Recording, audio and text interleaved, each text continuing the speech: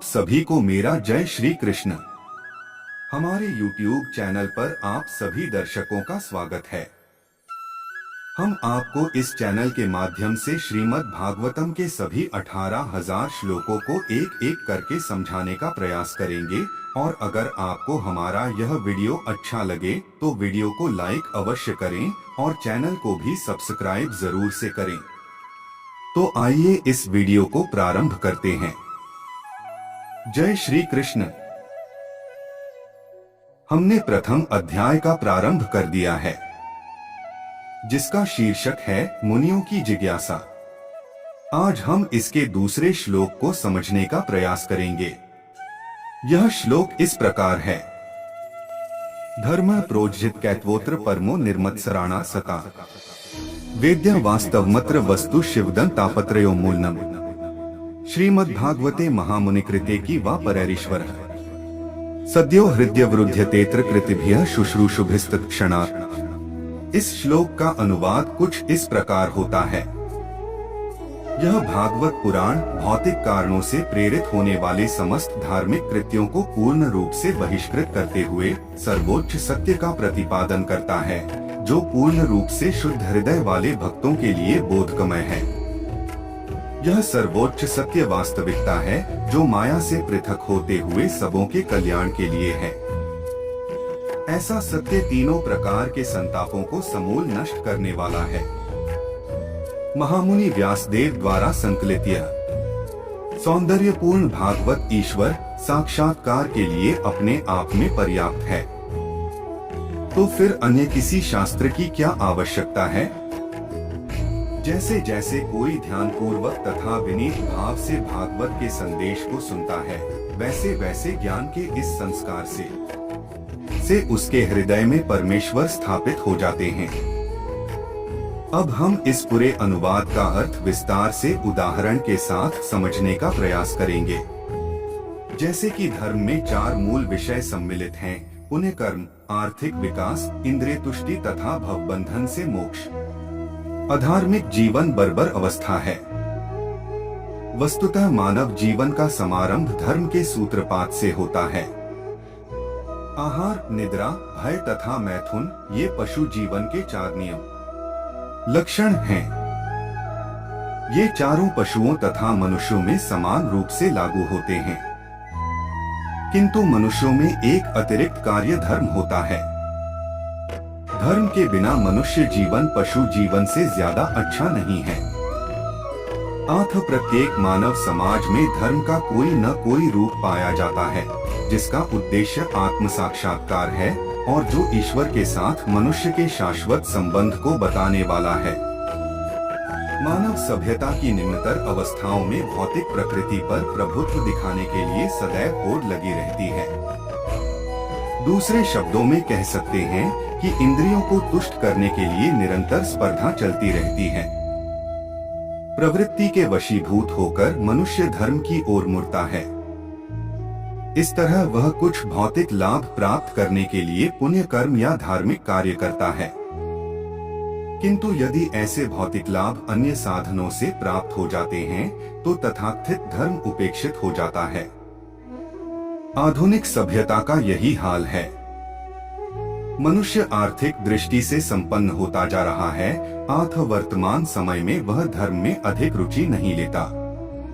गिरजाघर, मस्जिदें या मंदिर एक तरह से अब निर्जन हैं।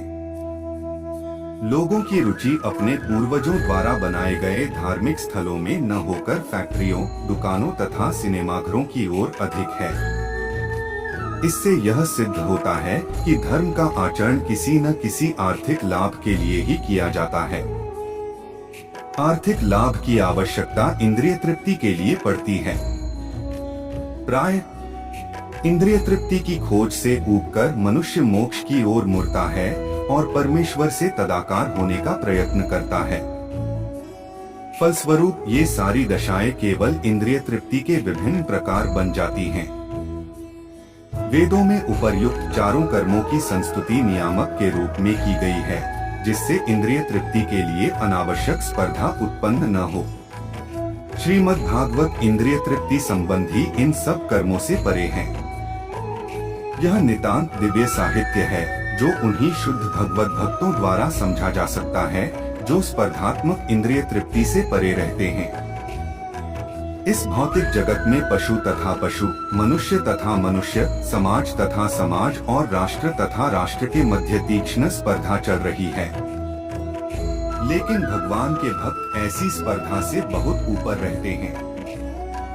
वे भौतिकतावादी व्यक्ति से स्पर्धा नहीं करते क्योंकि वे भगवत धाम वापस जाने के मार्ग पर होते हैं, जहां जीवन शाश्वत तथा आनंदमय होता है। ऐसे अध्यात्मवादी द्वेष रहित और शुद्ध हृदय वाले होते हैं। भौतिक जगत में प्रत्येक व्यक्ति दूसरे व्यक्ति से ईर्ष्या करता है, अतएव स्पर्धा चलती रहती है। लेकिन भगवान के दिव्य भक्त न केवल भौतिक ईर्ष्या द्वेष से रहित होते हैं, अपितु सबका कल्याण चाहते हैं और वे ईश्वर को केंद्र मानकर एक स्पर्धारहित समाज स्थापित करने का प्रयास करते रहते हैं। स्पर्धारहित समाज की वर्तमान समाजवादी विचारधारा कृत्रिम है, क्योंकि उसमें तानाशाह के पद के लिए स्पर्धा चलती है। वेदों की दृष्टि से या सामान्य जन के क्रियाकलापों की दृष्टि से इंद्रिय तृप्ति ही भौतिक जीवन का मूलाधार है। वेदों में 3 मार्ग बताए गए हैं। पहला है श्रेष्ठतर लोकों की प्राप्ति के उद्देश्य से सकाम कर्म करना। दूसरा है देवलोक जाने के लिए विभिन्न देवताओं की पूजा करना और तीसरा है परम सत्य तथा उनके निर्विकार पक्ष का साक्षात्कार करके उससे तदाकार होना।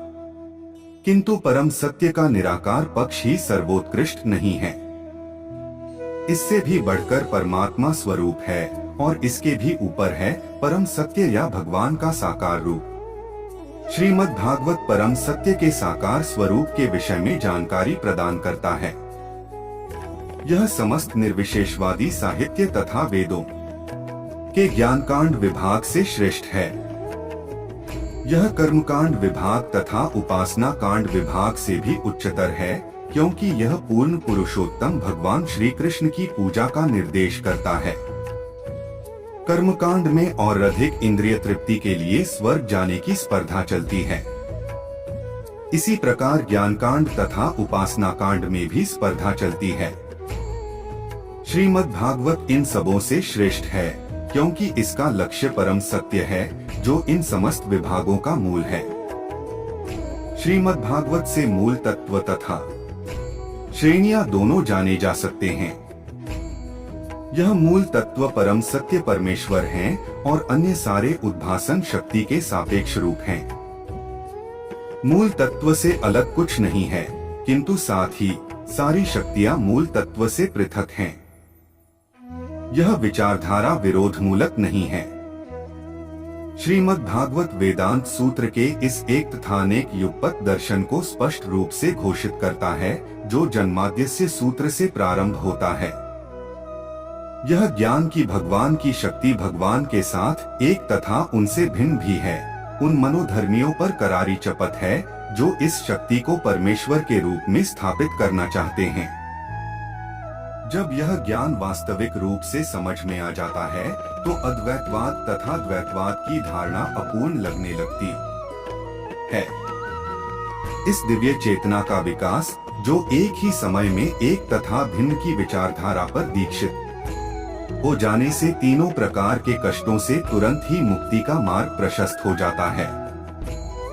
ये 3 प्रकार के कष्ट हैं। पहला है मन तथा शरीर से उत्पन्न दुख, दूसरा है अन्य जीवों द्वारा पहुंचाए गए दुख तथा तीसरा है प्राकृतिक विपदाओं से उत्पन्न दुख जिन पर किसी का वश नहीं होता है।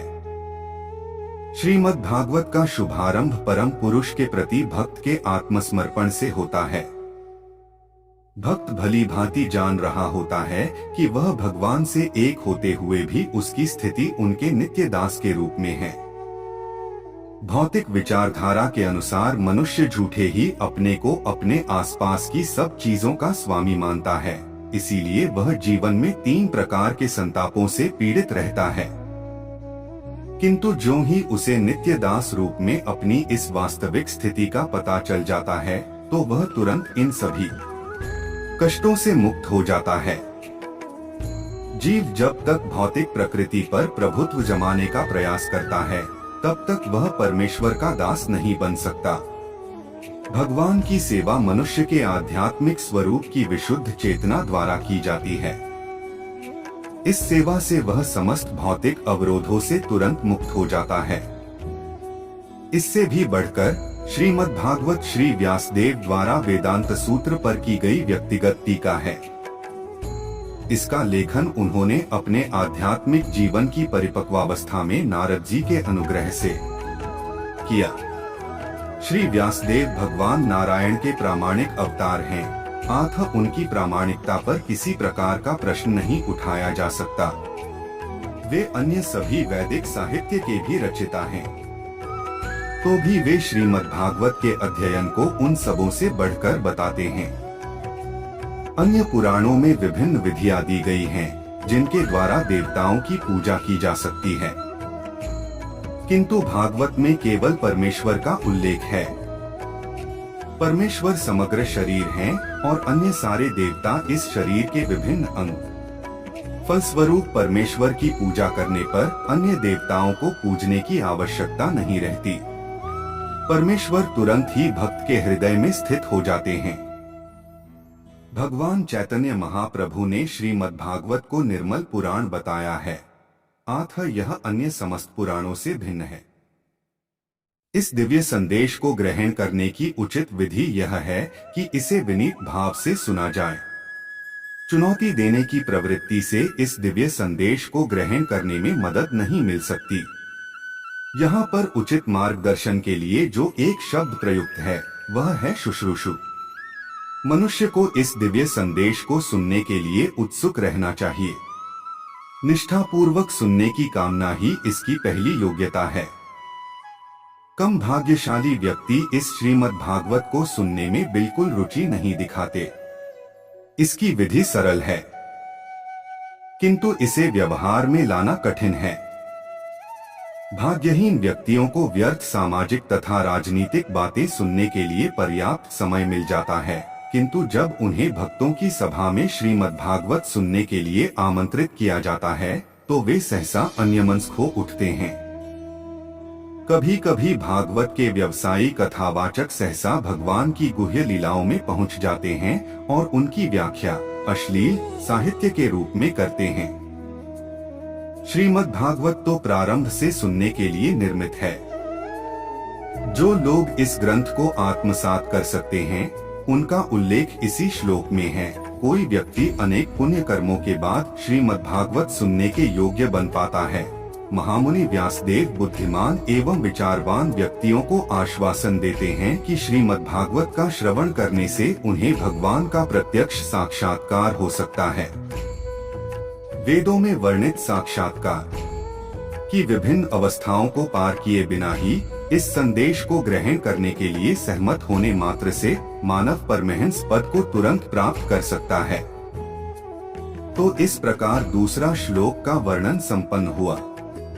जय श्री कृष्ण मित्रों, अगर आपको हमारा यह वीडियो अच्छा लगा हो तो वीडियो को लाइक अवश्य करें, चैनल को जरूर से सब्सक्राइब करें।